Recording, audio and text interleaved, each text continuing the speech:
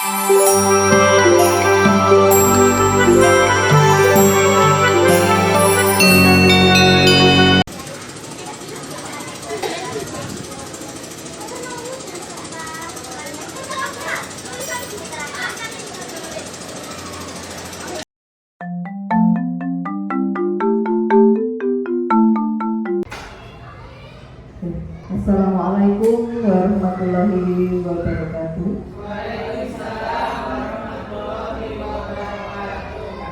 Yang terhormat Bapak Kepala SDN Bondo 1 dan yang kami hormati Bapak Ibu Guru SDN Bondo 1 serta teman-teman mahasiswa kampus mengajar.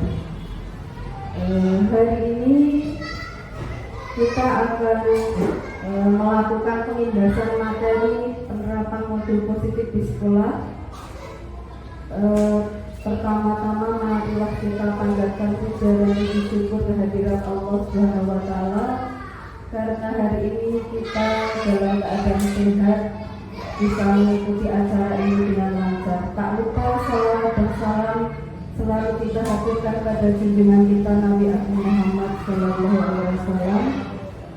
Semoga kita selalu mendapat syafaatnya di yaumul qiyamah nanti. Amin.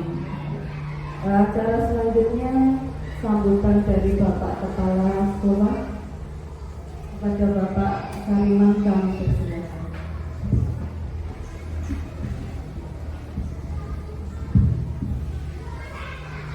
Bismillahirrahmanirrahim. Assalamualaikum warahmatullahi wabarakatuh. Bismillahirrahmanirrahim. Alhamdulillahirrahmanirrahim. Alhamdulillahirrahmanirrahim. Agama Al-Alamin Al-Hawla Wal-Quwwata Illa-Billahil Aliyyil Bapak Ibu Guru SDN Bondo 1, adik-adik dari mahasiswa kampus mengajar dan terutama Bu Seti yang sebagai narasumber atau sebagai guru DPP kita di SDK tahun ini. Tak lupa mari kita senantiasa bersyukur pada Tuhan Yang Maha Kuasa atas berkah rahmat taufik hidayahnya sehingga kita semua sampai hari ini suasana pagi yang cerah ini masih dalam keadaan sehat, segar, bugar, tiada kurang, tiada lapar. Mari kita syukuri bersama dengan baca hamdalah. Alhamdulillahirabbil alamin. Selawat dan salam semoga kita curahkan pada junjungan kita Rasulullah Sallallahu Alaihi Wasallam yang senantiasa kita harapkan sama dan percayaannya ilmu hadan ila yaumil akhir. Selanjutnya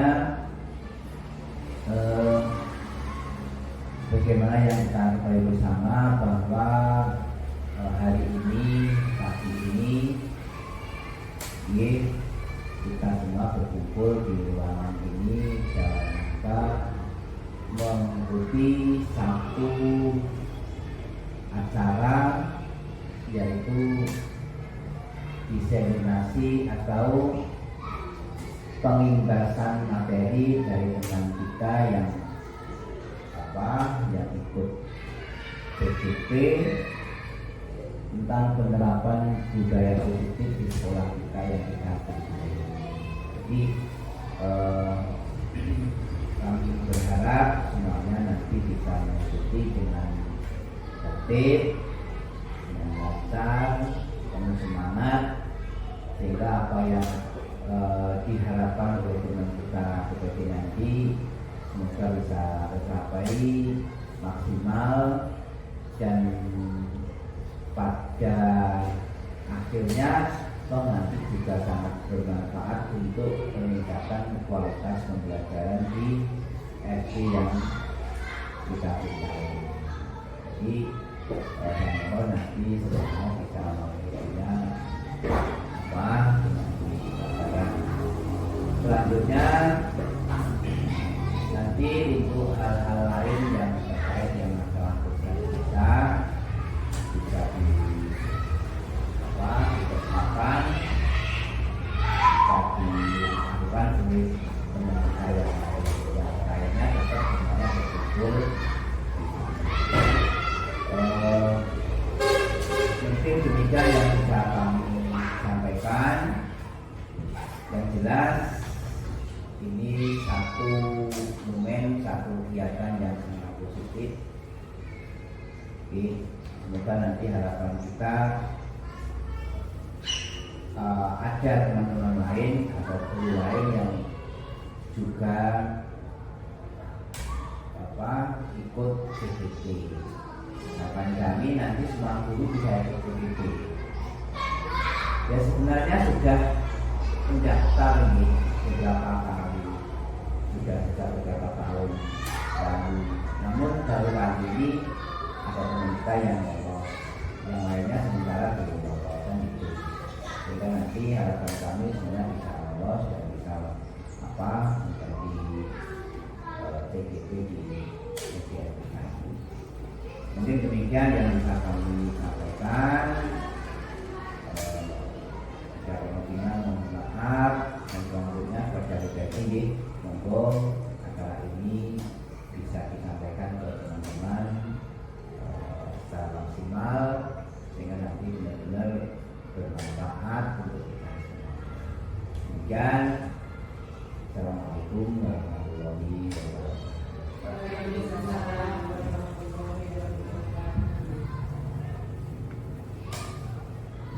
Baik, acara selanjutnya saya di sini tidak menggurui ya Ibu dan Bapak-bapak sekalian. Saya hanya ingin mengimbaskan atau berbagi ilmu saya untuk Bapak Ibu di SDN 21 agar nanti bisa diterapkan pada anak-anak ke depannya. Next, Pak. Next. Oke. Agar suasananya tidak tegang, ada ice breaking sebentar ya. Ice breakingnya sangat mudah. Kalau nanti saya berbicara satu, berarti Bapak Ibu guru tangannya ke kanan dan. Kalau saya bicara dua, ke kiri, di. Kalau saya bicara angka tiga, berarti ke depan. Dum. Jadi satu dam, dua di, dum. Yeah. Saya mohon berdiri Bu, biar agak seru ya. Boleh di sini, boleh di sini Pak. Silakan. Senyamannya Bapak.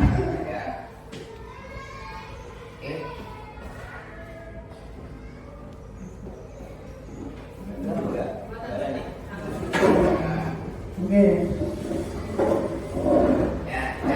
Persiapan ya. Konsentrasi. Satu. Jangan. Dua. Tiga. Dua tangan itu. Gang. Duk. Ya. Sekali lagi ya. Satu. Dua. Tiga.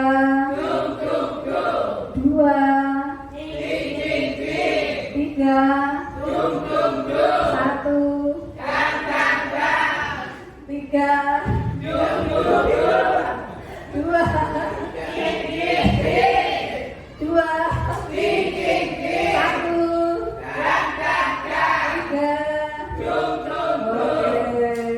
Terima kasih Bapak Ibu sekalian. Alhamdulillah sudah semangat akhirnya. Mungkin bahas selanjutnya next. Ya, saya di sini akan berbagi ilmu saya. Untuk saat ini budaya positif ada 6 topik, yaitu disiplin positif dan nilai-nilai kebajikan universal, teori motivasi, hukuman, penghargaan, restitusi, ada keyakinan kelas, 5 kebutuhan dasar manusia dan dunia berkualitas. Yang kelima, restitusi, ada 5 posisi kontrol guru untuk menghadapi anak-anak, dan yang keenam, segitiga restitusi.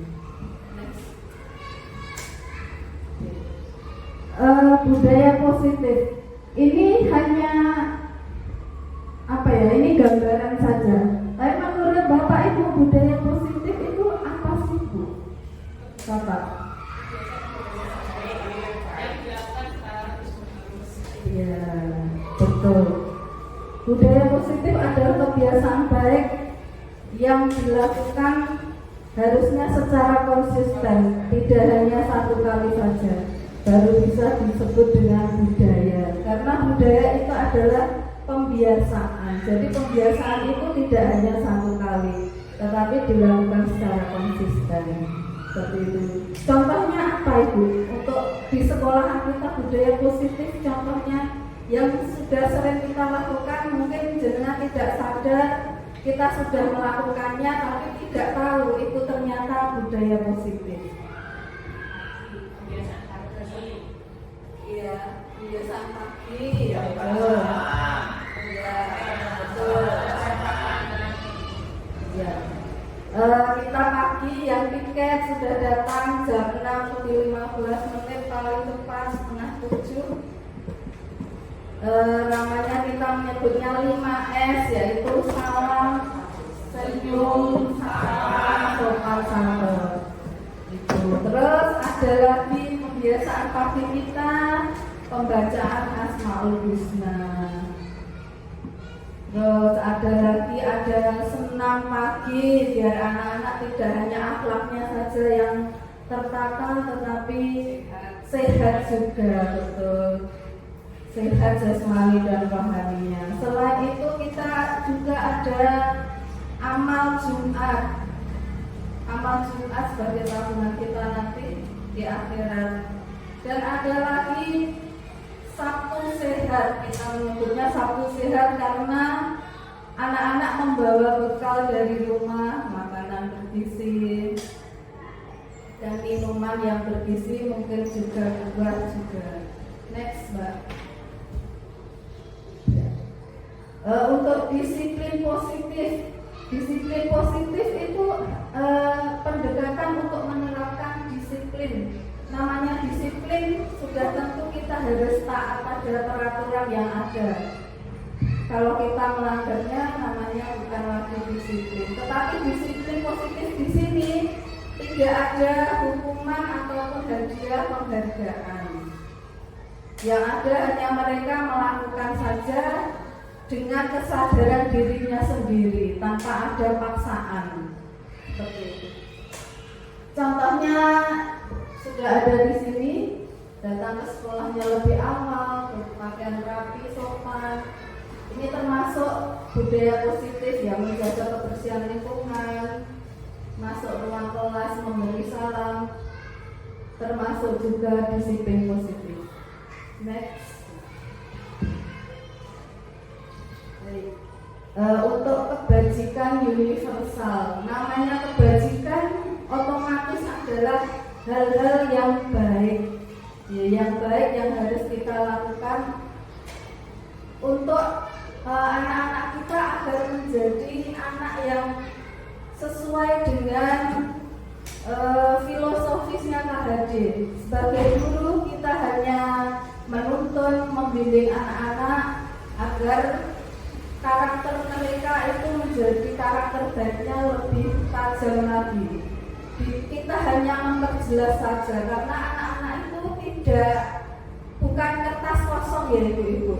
Jadi anak-anak itu memiliki karakternya masing-masing, keunikannya masing-masing. Kita hanya mempertebal, mempertajam karakter mereka, karakter baiknya, dan mengurangi karakter yang jelek. Jadi tercipta kebajikan pada anak-anak. Contohnya kebajikan ada kejujuran, keadilan, perasaan belas kasihan, empati, simpati, itu termasuk dalam belas kasihan, toleransi, peduli terhadap lingkungan, dan kebijaksanaan. Ini hanya contohnya, masih banyak contoh yang lain yang bisa jenengan terapkan di kelas masing-masing pada anak didik jenengan. Next, Mbak. Oke.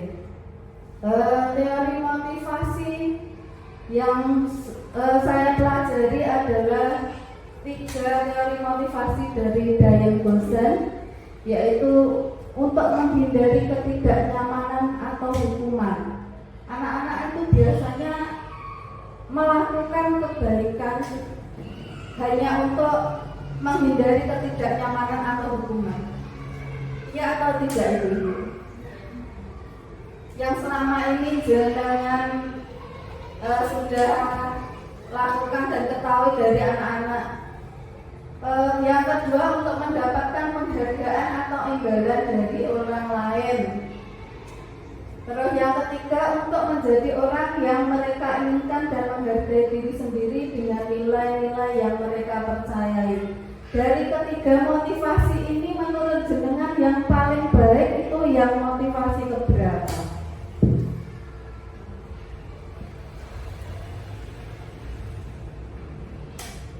Silahkan yang mau berpendapat.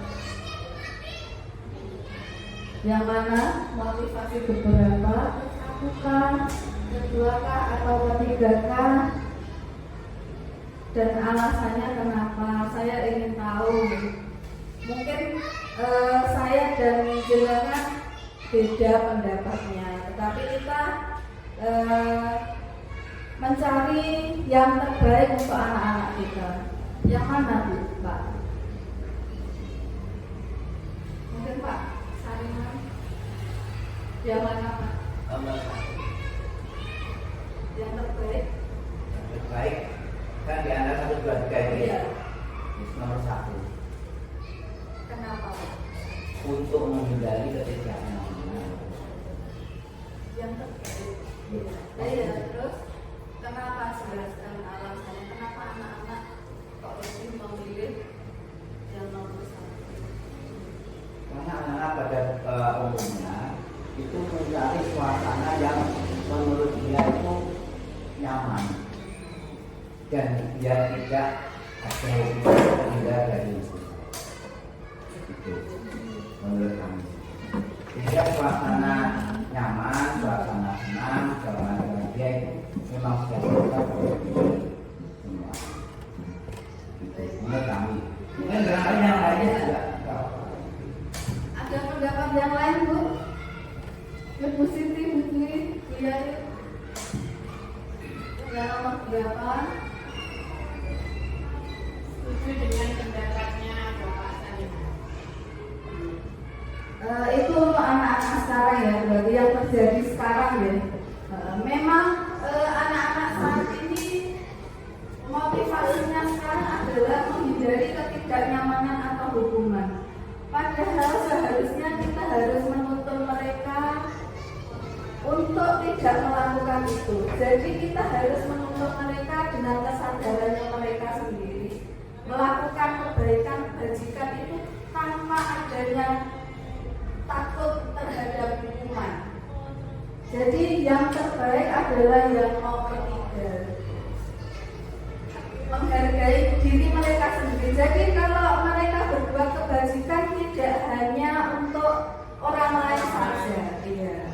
Jadi untuk mereka sendiri pun akan mendapatkan imbasnya dari kebaikan yang mereka lakukan.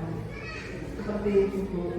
Jadi kedepannya kita akan membimbing anak-anak kita agar lebih menghargai dirinya sendiri dan mempercayai apa yang mereka anggap benar, walaupun memang yang dianggap benar oleh kita belum tentu dianggap benar orang lain.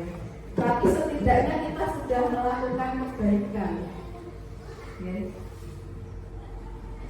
Dan kebaikan itu motivasinya tidak hanya dari diri sendiri, tapi juga ada motivasi dari luar.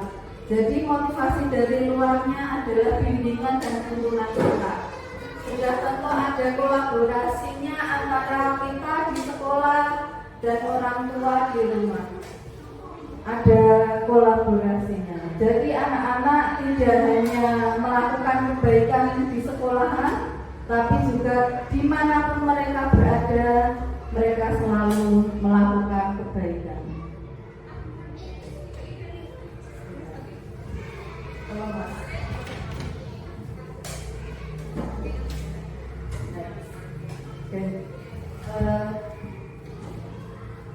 Untuk selanjutnya ada hukuman, konsekuensi, penghargaan, dan restitusi. Menurut jenengan, untuk menghadapi anak-anak itu lebih baik menggunakan hukuman, konsekuensi, ataukah penghargaan agar mereka melakukan kebaikan atau melakukan tindakan kebajikan. Menurut jenengan, mereka melakukannya kalau maksud saya begini, mereka melakukan kebaikan itu seperti tadi ya, hanya untuk menghindari hukuman, mungkin ada konsekuensi dari bapak ibu, terus karena penghargaan. Oh iya, sudah jelas ya tadi anak-anak melakukannya untuk menghindari hukuman. Jadi kita harus membantu membimbing mereka ya, agar mereka melakukannya tidak karena ada hukuman, ada konsekuensi, ataupun ada penghargaan. Karena ternyata dari penghargaan pun yang menurut kita dengan penghargaan memang anak-anak akan serta-merta melakukan apa yang kita suruh, melakukan kebaikan apapun yang kita suruh. Tapi ternyata dengan penghargaan itu hasilnya itu masih belum tentu baik itu, karena mereka akan melakukannya itu tidak dengan dari dalam dirinya sendiri, tetapi karena mendapat penghargaan. Contohnya saja, kalau disuruh maju ke depan, maunya maju ke depan, mungkin hanya diberikan kita kalau di kelas mungkin permen ataupun alat tulis. Ya, nanti anak-anak hanya karena mendapat penghargaan seperti itu maunya maju ke depan, bukan karena keinginan mereka sendiri.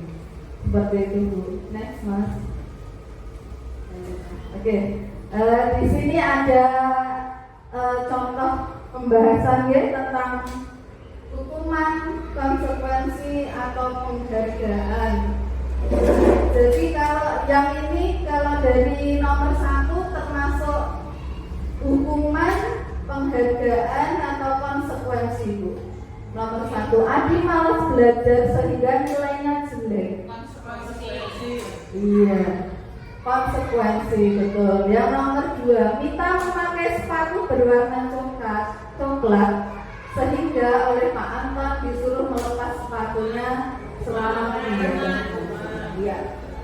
Saat pembelajaran olahraga, Raka disuruh lari 2 kali putaran karena terlambat. Hukuman. Hukuman apa konsekuensi?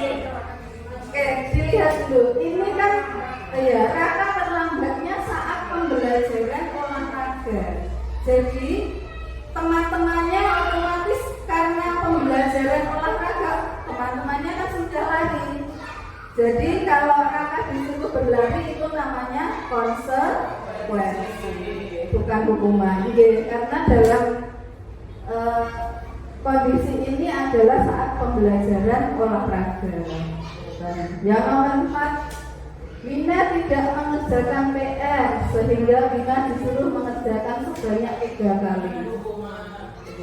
Hukuman. Untuk pendapat jenengan, kita sebagai guru melakukan hukuman, konsekuensi, dan penghargaan itu menurut pendapat jenengan baik atau tidak? Dari penjelasan saya tadi yang panjang lebar kali tinggi, kalau dari pembahasan ini berarti hukuman, penghargaan, konsekuensi seperti itu baik tidak untuk anak-anak itu?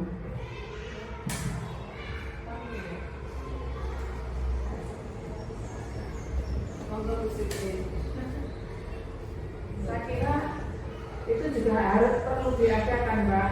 Kalau misalnya anak nggak ada konsekuensi, itu anak nanti akan berbuat sesuka hatinya sendiri.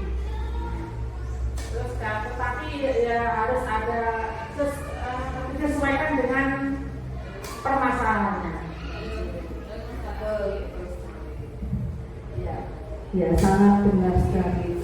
Kita melakukan tindakan dengan melihat permasalahan yang ada, tetapi sebagai guru kita harus menghindari adanya hukuman, konsekuensi dan penghargaan. Seperti tadi sudah saya jelaskan, agar anak-anak menyadari dengan sendirinya kalau yang mereka lakukan itu salah.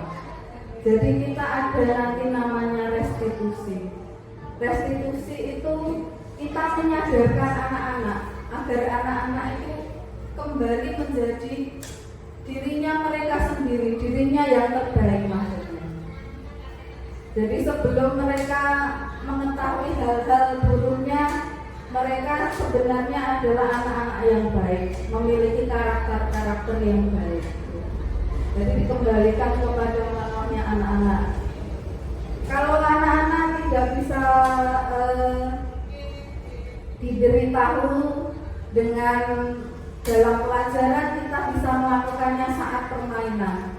Karena kodrat anak adalah bermain. Jadi kita melakukannya bermain sambil belajar. Seperti itu. Next. Oke. Selanjutnya keyakinan kelas. Kita sudah melakukan kurikulum merdeka sudah hampir beberapa tahun ini ya, untuk kelas 1, 2, 4 dan 5, 3 dan 6 masih akan. Jadi yang ingin saya ketahui, kita hanya evaluasi saja ya Bu ya, yang sudah ada. Kira-kira keyakinan kelas yang jenengan buat itu sudah berjalan dengan baik atau belum? Atau mungkin belum membuat keyakinan kelas? Oke. Keyakinan kelas, kalau iya, keyakinan kelas itu kesepakatan kelas. Kalau dulu kita menyebutnya kesepakatan kelas, sekarang menyebutnya keyakinan kelas. Bu, saya ingin tahu Bu, ganti siapa ya? Bu Yayu ya. Bagaimana jenengan melakukan membuat kesepakatan kelas atau keyakinan di kelas jenengan itu bagaimana?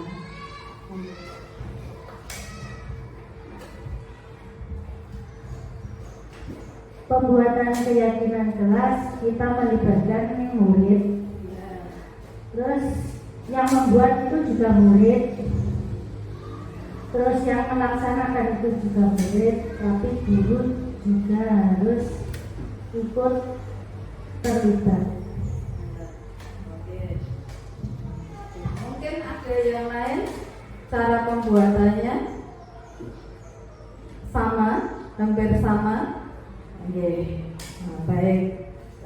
Di sini saya akan meluruskan ya, agar nanti saat pembuatan keyakinan kelas kita benar-benar sudah memahami, anak-anak pun memahami dan mau melakukannya secara konsisten. Jadi pembuatan keyakinan kelas kita buat itu biasanya awal pembelajaran ya, awal ajaran. Tetapi karena mungkin kondisinya bisa berubah, jadi bisa juga dievaluasi. Dievaluasi apakah masih cocokkah keyakinan kelas tersebut dengan awal dari kita pembuatannya. Jadi pembuatan pertamanya kita akan mengumpulkan anak di dalam kelas. Setelah itu kita menuntun anak-anak. Mimpi apakah, keinginan apakah yang ingin mereka lakukan saat di dalam kelas, saat pembelajaran. Pembelajaran itu ingin seperti apa? Seperti itu, kita pertanyaan pematiknya seperti itu. Jadi mimpinya mereka, keinginan mereka di dalam kelas itu seperti apa. Kalau sudah anak-anak bisa menulisnya di sticky note atau mungkin langsung di papan tulis, jadi pendapatnya anak-anak masing-masing. Kalau sudah, kita sebagai guru hanya membimbing, kita melihat apakah sudah kalimat positif. Jadi kalimat positif itu tidak ada kata tidak, dilarang, itu tidak boleh lah. Itu termasuk tata tertib. Jadi kita membuatnya menjadi kalimat positif. Misalkan tidak boleh ramai di dalam kelas, kita mengubahnya jadi saling menghormati, saling menghargai. Itu sudah mencakup semuanya. Terus tidak boleh datang terlambat, berarti kita harus mengubahnya datang tepat waktu, seperti itu. Mungkin ada yang mau mencontohkan yang lainnya, Bu Rena, contoh lainnya, kalimat positifnya.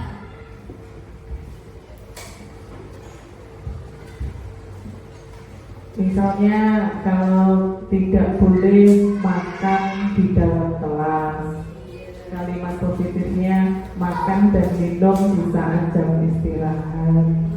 Betul sekali. Ya, itu yang mudah ya, yang mudah untuk anak-anak lakukan. Kalau saat pembelajaran mungkin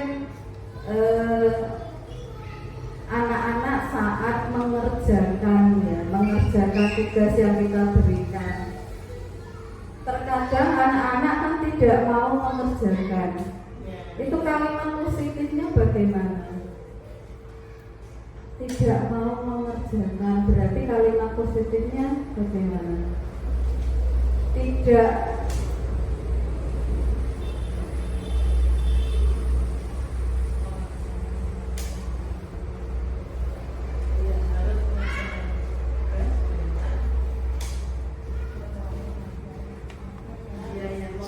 Mengerjakan tugas dengan baik. Ya betul, mengerjakan tugas dengan baik itu menjadi salah satu motivasi. Jadi anak-anak motivasinya bukan lagi berupa penghargaan. Jadi kita seperti membuat perjanjian dengan mereka ya Bu ya. Keyakinan itu seperti perjanjian antara kita dengan anak-anak. Saat kita melakukan pembelajaran itu mereka juga harus menyesuaikan dengan apa yang mereka janjikan kepada kita. Dan keyakinan kelas itu tentu saja tidak hanya dilakukan oleh anak-anak kita saja, tetapi kita sebagai gurunya, tadi kita juga akan membimbing. Jadi kita juga ikut melaksanakannya. Kalaupun nanti kita melanggar, otomatis kita juga mendapat konsekuensi. Ya. Jadi kita tidak membedakan. Keyakinan kelas yang kita buat tadi otomatis untuk kita dan anak-anak. Seperti itu Bu. Setelah dibuat kalimat positifnya sudah selesai, kita buat di dalam, boleh pakai kertas, boleh diketik yang indah, jadi nanti ditempel di kelas, anak-anak bisa membacanya dan tiap hari anak-anak bisa melihat apakah ini masih sesuai dengan yang mereka lakukan saat ini atau tidak. Jadi kita sebagai guru nanti hanya mengarahkan saja, kita bisa mengubahnya. Setelah terbuat ya tadi sudah jadi keyakinan kelasnya, kita buat kesepakatan dengan mereka, dengan mungkin kalau anak kelas 1-2 belum bisa tanda tangan ya. Untuk kelas 4-5 bisa tanda tangan. Untuk anak kelas 1-2 biasanya hanya menuliskan namanya mereka. Jadi di bawahnya kesepakatan kelas yang sudah kita buat, kita bubuhkan nama ataupun tanda tangan. Jadi itu sebagai bukti kalau kita sudah sepakat dengan apa yang telah dibuat. Jenengan juga tanda tangan di dalamnya. Jadi karena yang melakukan tidak hanya anak-anak, jenengan juga melakukannya. Jadi itu tahap terakhir dari kesepakatan seperti itu. Kalau nanti dilanggar, kita bisa langsung itu yang kalian yakini seperti itu. Berarti kalau dilanggar, kalian harus mendapatkan konsekuensi. Untuk kasus selanjutnya ini adalah kelima posisi kontrol ya. Pertanyaan tematiknya, Ibu Ambar sebagai guru wali kelas 2A di SD Pelita Hati sedang bingung menghadapi ulah salah satu murid di kelasnya Doni. Beberapa anak di kelas 2A telah datang padanya dan mengeluhkan kalau Doni seringkali meminta bekal makan siang mereka dengan paksa. Jika jenengan Anda menghadapi seperti yang Ibu Ambar hadapi, apa yang akan jenengan lakukan, Bu? Pak? Apa yang akan jenengan lakukan dengan Doni kalau ada kasus seperti itu? Terima kasih. Kita harus mengetahui latar belakang Doni dulu. Kenapa dia sering berulah seperti itu? Apakah dia keterbatasan apa itu secara ekonomi di rumah atau bagaimana? Jadi kita tidak boleh menjudge bahwa Doni itu anak yang suka minta bekal dari teman mereka. Ya, betul. Kita harus mengetahui dulu alasannya Doni melakukan hal seperti itu kenapa. Terus kita tidak boleh menjudge. Terus kalau kita sudah tahu alasannya Doni, kita melakukan apa, Bu? Mungkin kita Anak-anak diberi pemahaman. Jadi misalkan mereka itu punya lebih ya, makanan yang lebih atau bisa berbagi dengan Doni tersebut, misalkan diajak sarapan bersama atau bagaimana. Karena kita beri pemahaman mereka, kita harus berbagi dengan teman-teman. atau mungkin bisa melakukan pendekatan dengan orang tua murid. Mungkin orang tua murid di rumah itu sebenarnya dia bukannya orang miskin itu enggak, tapi karena orang tua yang selalu sibuk dengan pekerjaannya sendiri, mungkin anak diterlantarkan, jadi tidak sempat diurusi, tidak sempat masak, jadi anak dibiarkan saja berangkat tidak dikasih bekal apapun.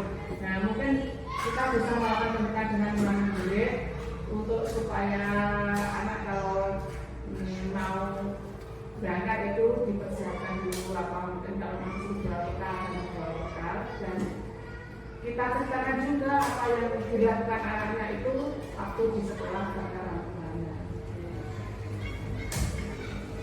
Baik, sudah banyak solusinya ya. Yang pertama kali kalau kita melihat kasus seperti ini, kalau dari saya akan melihat dulu dari next mas, kelima kebutuhan dasar manusia. Jadi Doni apapun kita sebagai guru, kita memiliki 5 dasar kebutuhan. Jadi ada survival, power, freedom, fun, love, and belonging. Kalau Doni seperti itu tadi, kebutuhan dasar apakah yang belum terpenuhi kira-kira, Bu? Kalau sampai ini, iya. Makanan berarti survivalnya ya, bertahan hidupnya. Tadi sudah dijelaskan juga oleh jenengan, mungkin kita bertanya apakah di rumah memang belum dimasakkan sama ibunya, terus ataukah ya mungkin ibunya sudah terlanjur pergi bekerja atau bagaimana. Itu termasuk adalah survival ya. Kalau untuk kebutuhan penguasaan dari Doni, apakah kalau Doni berbuat seperti itu menghargai dirinya sendiri?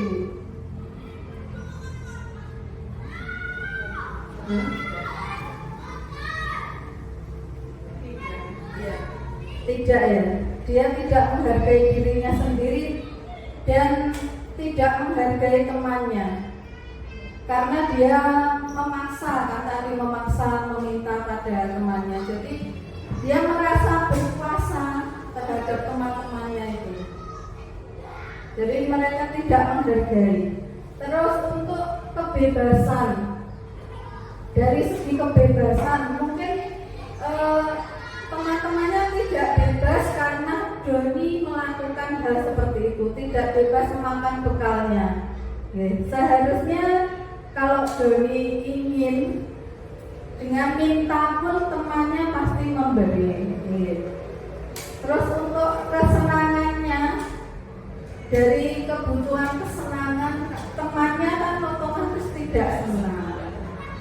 Walaupun Doni senang karena dia sudah mendapatkan apa yang dia inginkan. Terus untuk love dan belonging seperti tadi Sumili sudah menyebutkan sama Bu Siti, ya, karena Doni kurang perhatian, kurang kasih sayang dari keluarganya, dia ingin mencari perhatian, mencari perhatian dari teman-temannya. Dan kalau dilaporkan kepada Bapak Ibu Guru, dia akan mencari perhatian kepada Bapak Ibu Guru. Dan dia ingin mendapatkan rasa diterima. Ya, rasa diterima. Jadi dari dia melakukan seperti itu, dia ingin mendapat rasa kasih sayang dan diterima oleh teman-temannya dan Bapak Ibu Guru. Tetapi dengan cara yang salah. Nah, next. Oke Mas, video posisi kontrol.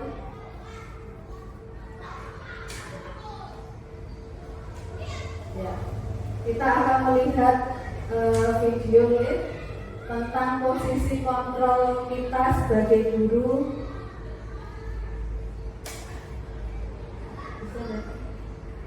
Mbak Reni, tolong.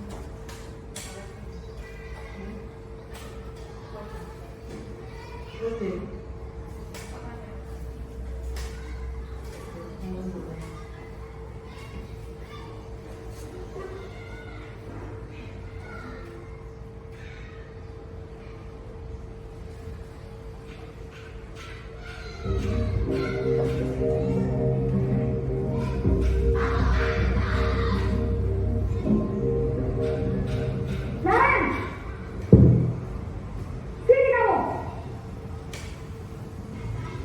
Selamat pagi Bu.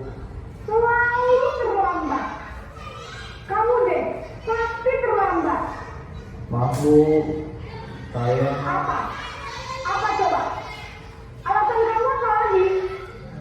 Kapan sih kamu tidak terlambat? Malah sekalian kamu jadi anak. saya Dasar pemalas. Gak kapok-kapok sih kamu. Sudah berapa kali terlambat? Sana, kamu keliling lapangan basket 2 kali. kenapa saya harus ke lapangan basket Bu? Kenapa? Kamu melawan ibu. Berani-beraninya jawab. Sudah terlambat, masih berani jawab pula. Sekarang, keliling lapangan basket 5 kali sekalian. Biar kapok. 4. Pergi sana ke lapangan basket.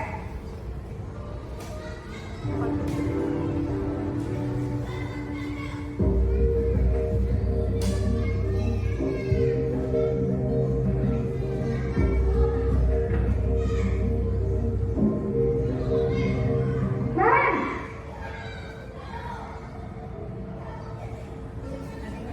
Selamat pagi Bu. Naren. Kamu kenapa terlambat lagi, nak? Ya Tuhan, Naren. Kamu senang ya bikin ibu susah ya? Kalau kamu terlambat lagi, nanti ibu yang ditegur bapak kepala sekolah, nak. Disangka ibu tidak bisa membina kamu. Duh, gimana ini? Maaf Bu. Duh Gusti Naren. Kamu suka ya kalau ibu tegur bapak kepala sekolah? Terus, sekarang ibu harus tulis apa yang di buku absen? Ini kamu sudah sering terlambat loh. Ibu harus apa coba? Maaf Bu. Maaf sekali. Ya sudah, lain kali jangan bikin ibu susah lagi ya nak ya. Ibu tidak akan kuat lagi kalau kamu begini terus. Bisa jantungan kalau ibu ditegur bapak kepala sekolah. Karena cepat kelas. Maaf ya Bu. Maaf sekali.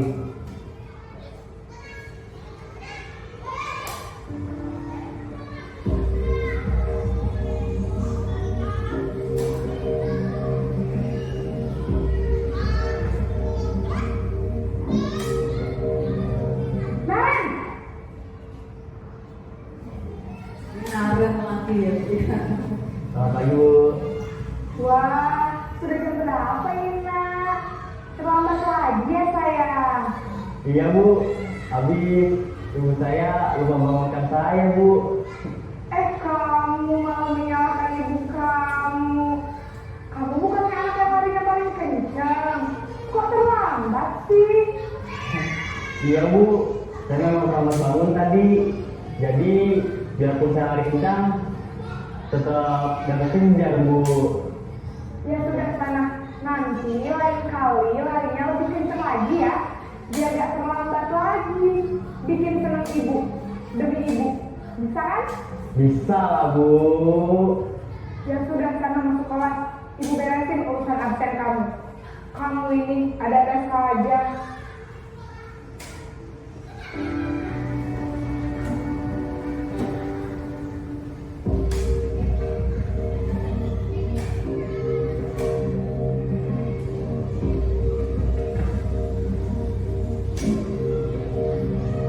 Naren,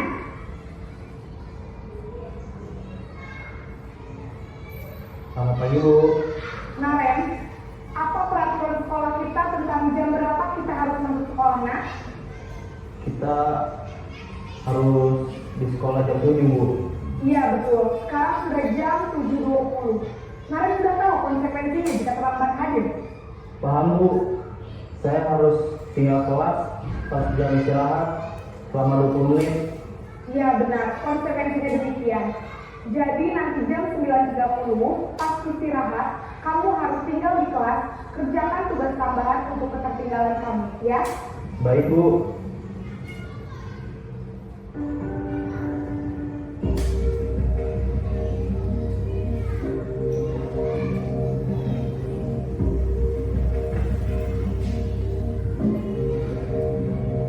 Naren,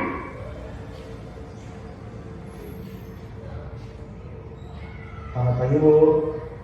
selamat pagi Naren. Maaf Bu, saya terlambat. Iya, sekolah masuknya jam 7, sekarang sudah jam 7.20. Jadi sekarang bagaimana ini Naren? Maaf Bu, saya lupa setel alarm saya semalam. Baiklah, menurut kamu, keyakinan sekolah yang mana yang perlu kamu tingkatkan? Menghargai diri sendiri dan orang lain mungkin ya Bu. Setuju. Jadi, apakah Naren meyakini prinsip saling menghormati tersebut? Iya Bu, saya meyakininya. Apakah Naren bersedia memperbaiki masalah keterlambatan ini? Bersedia Bu. Bagaimana kamu akan memperbaiki masalah keterlambatan ini? Saya akan coba untuk tidak lupa menyetel alarm saya Bu. Baik, kalau Naren lupa menyetel alarm di rumah, ada orang yang kira-kira bisa bantu mengingatkan tidak? Ada Bu, kakak saya, Kak Emma. Ada lagi selain Kak Emma? Selain Kak Emma, ada ibu saya. Baik, jadi yang mengingatkan Naren adalah Kak Emma dan ibu kamu ya? Kira-kira akan mulai alarm kapan Naren? Setelah pulang sekolah, akan segera saya lakukan. Baik, jadi Naren akan setel alarm untuk bangun besok pagi dan akan diingatkan oleh kakak dan ibunda Naren ya. Ada lagi yang mungkin perlu dilakukan Naren agar tidak terlambat bangun lagi. Tidak ada Bu. Baik Naren, terima kasih untuk kerjasama kamu. Sekarang kamu turun kembali ke kelas untuk belajar. Baik Bu, terima kasih. Baik, itu tadi adalah video tentang posisi kontrol kita sebagai guru. Ya. Yang pertama tadi adalah sebagai penghukum, ya, tipe penghukum. Mungkin kita tidak menyadarinya, kita sebenarnya sudah melakukan kelima posisi kontrol ini. Penghukum tadi seperti Bu Eli ya tadi namanya, Bu Eli dengan apa ya, kalimat yang tegas dan mungkin dengan mata melotot, dengan nada-nada yang keras berbicaranya. Awas kalau sampai tidak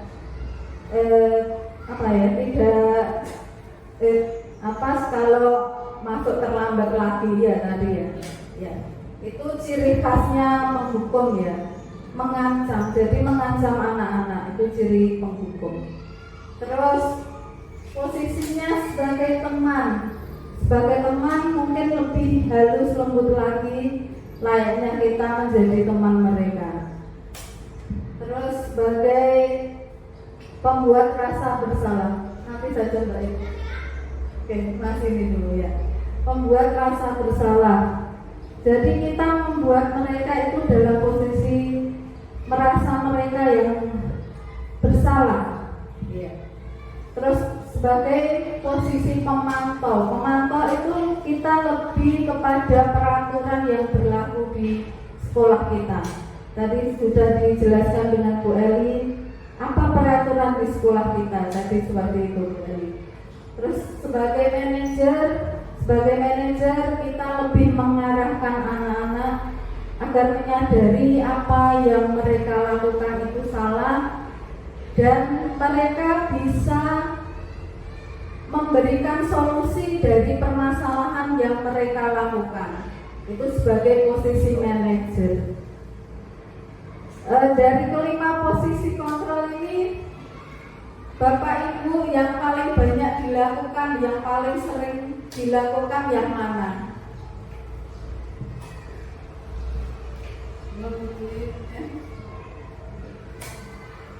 Manajer. Manajer. Asik. Bagus sekali ya. Kalau Bu Yayu? Pemantauan. Pemantau. Bu Siti? Pemantau. Bu Rena? Pemantau. Bu Reni? Pemantau bisa ya.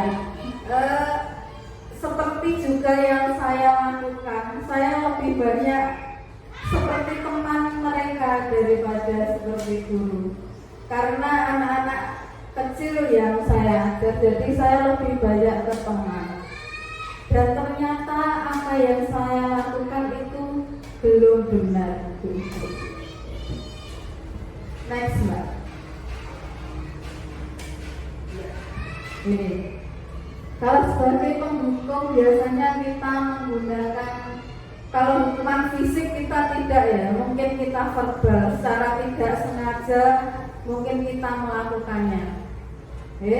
Jadi hasilnya itu anak-anak menjadi anak yang pendendam. Mereka pasti selalu mengingat apa yang sudah terjadi sebelumnya, selalu diingat, dan menjadi anak yang pemarah. Karena ya tadi karena sudah mendapatkan contoh dari bapak ibu gurunya yang tipenya penghukum, secara otomatis mereka akan mencontoh apa yang sudah kita lakukan. Jadi selanjutnya next. Ya. Kalau sebagai posisinya sebagai teman, betul memang kita tidak ingin menyakiti, tidak akan menyakiti mereka, entah itu perasaannya atau secara fisiknya, tetapi ternyata sebagai teman pun belum pas ya untuk memberikan solusi untuk permasalahan yang mereka hadapi. karena sebagai teman pastinya mereka akan lebih nyaman dengan hanya satu orang saja, misalkan dengan saya. Nanti kalau sudah naik ke kelas selanjutnya atau ke SMP, mereka akan mencari guru yang seperti profilnya seperti saya. Jadi sebagai teman itu juga tidak bagus, karena mereka hanya manut nurutnya kepada yang menjadi temannya, bukan ke semua guru. Seperti itu. Next. Membuat rasa bersalah memang sebenarnya itu bagus agar mereka menyadari apa yang sudah mereka lakukan itu salah. Namun ternyata ada kekurangannya juga, karena mereka merasa mereka bersalah, akhirnya timbul rasa kecewa pada dirinya. Jadi tidak ada motivasi untuk mengubahnya. Kalau kita membuat mereka seperti ini, timbul rasa bersalah. Next. Untuk tipe memantau, memang kita akan berdasarkan peraturan-peraturan yang ada di sekolah ya. Tetapi ternyata ada kekurangannya juga. Jadi kita hanya saklek saja pada peraturan, belum memahami perasaan yang mereka rasakan itu saat melakukan itu seperti apa, belum ada, karena kita hanya saklek pada peraturan. Terus yang selanjutnya adalah posisi sebagai manajer. Ya, ini adalah posisi yang paling baik. Mungkin kita sudah melakukannya tapi dengan tidak sadar. Tetapi kalau yang saya rasakan, saya belum konsisten untuk melakukan hal seperti ini, karena terkadang masih kita merasa seperti teman saja, itu lebih nyaman. Padahal sebenarnya adalah sebagai posisi manajer adalah yang paling baik untuk menghadapi anak-anak. Karena sebagai manajer kita selain menggali apa yang menjadi kesalahannya mereka, kita juga bisa memberi solusi terbaik. Mereka juga bisa memberi solusi apa yang mereka lakukan dan menyadarkan mereka bahwa mereka itu salah dengan kesadaran dirinya mereka sendiri, tanpa kita harus melakukan paksaan.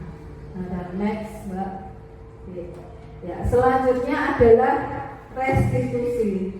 Ya, ini mungkin dengan Bapak Ibu guru sebenarnya sudah melakukannya, tetapi tidak tahu kalau itu merupakan restitusi.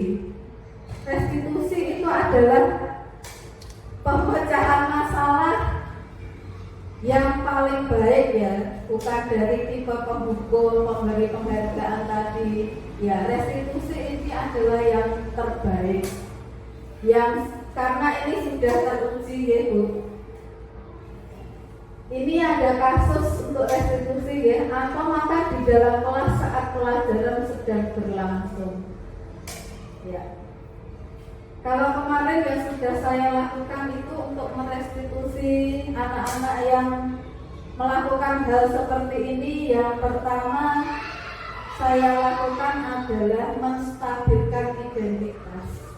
Menstabilkan identitasnya itu dengan menanyakan pertanyaan pemantiknya atau kita menjelaskannya, anak-anak memang melakukan kesalahan itu wajar. Bapak Ibu guru juga pernah melakukan kesalahan seperti itu, tidak apa-apa. Tetapi sebagai manusia kita harus sadar kalau hal itu adalah salah. Nah, dan untuk menstabilkan identitasnya, itu tahap pertama dari segitiga restitusi. Tahap keduanya kita memvalidasi kesalahan. kesalahan tersebut benar atau tidak, dilakukan oleh anak-anak tersebut atau tidak, kita tanyakan. Kalau memang benar, kita ke tahap selanjutnya. Tahap ketiga, next, Mbak. Tahap ketiga adalah menanyakan keyakinan. Menanyakan keyakinan maksudnya adalah menanyakan keyakinan kelas yang tadi atau kesepakatan yang sudah kita buat. Ya, kesepakatan atau keyakinan yang manakah yang mereka langgar? Kalau makan di kelas berarti tadi keyakinan kelasnya adalah makan dan minum saat istirahat. Seharusnya kita kalau menghadapi masalah seperti ini, ya seperti yang saya lakukan tadi, menstabilkan identitasnya dulu, memvalidasi kesalahan, baru menanyakan keyakinannya. Terkadang kita tidak seperti ini ya Bu ya. Ya langsung terkadang ada emosi. Ya. Jadi anak-anak tidak menyadari kesalahannya, malah mungkin mereka akan menjadi marah juga, dendam dengan kita, kecewa. Jadi yang paling baik adalah melakukan restitusi untuk masalah seperti ini. Next. Ya, ini restitusi adalah memberikan kesempatan pada murid untuk melakukan disiplin positif, memulihkan diri dari kesalahan sehingga memiliki tujuan yang jelas. Sehingga segitiga restitusi adalah alat yang efektif dalam menangani siswa yang bermasalah. Oke, saya ingin selanjutnya kalau ada kasus-kasus apapun, tidak hanya makan minum di kelas, mungkin anak-anak berkelahi, Bapak Ibu bisa menerapkan segitiga restitusi ini. Jadi anak-anak tidak jadi pendendam, tidak kecewa dengan kita. Mungkin kita menjadi guru favoritnya mereka, tapi setelah ada masalah itu kita tidak melakukan segitiga restitusi, anak-anak menjadi kecewa pada kita. Oke. Alhamdulillah, akhirnya sudah sampai di penghujung ya. Saya mengucapkan terima kasih atas waktu yang sudah diluangkan Bapak Ibu Guru. Saya membagikan ini tidak menggurui, saya hanya membagikan saja. Semoga bermanfaat untuk kita kedepannya menghadapi anak-anak. Dan assalamualaikum warahmatullahi wabarakatuh. Sebelum ini boleh tepuk semangatnya. Berdiri. Ya, berdiri Bu. Tepuk semangat.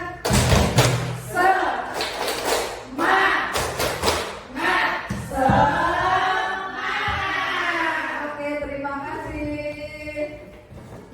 Guru Cendrawasih dari Papua. Terima kasih dan sampai jumpa.